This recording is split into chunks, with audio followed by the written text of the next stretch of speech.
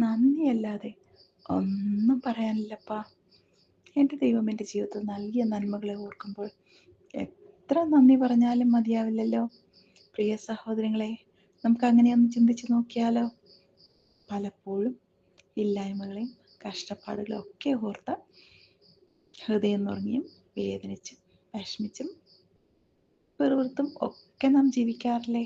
എന്നാലോ ദൈവം ചെയ്ത നന്മകളെ count your blessings, name them one by one, and it will surprise you what the Lord has done, what your Heavenly Father has done. God bless you.